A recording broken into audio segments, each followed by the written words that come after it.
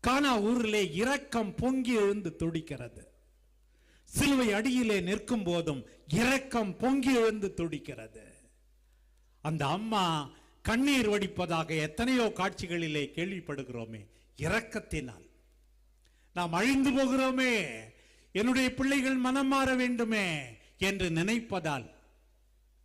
பக்திக்கு ஆப்போசிட் என்ன தெரியுமா? கடின இதயம். நீ பக்தியா இருப்பதாக நினைத்து கொள்ளாத.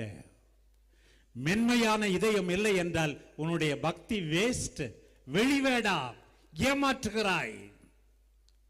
எல்லாரும் மென்மையான இதயத்தோடு இன்றைக்கு நாம் மாற வேண்டும். பிரியமானவர்களே, உன் சகோதர சகோதரிகளின், வயதான பெற்றோரின், உடன்பிறப்புகளின், மற்ற உறவுகளின், நண்பர்களின் துன்பத்தை கண்டு நீ சும்மா இருந்தால், பெரியநாயகி அன்னையினுடைய மாதாவே, பெரியநாயகி அன்னையினுடைய மாதாவினுடைய பிள்ளைகளே கிடையாது.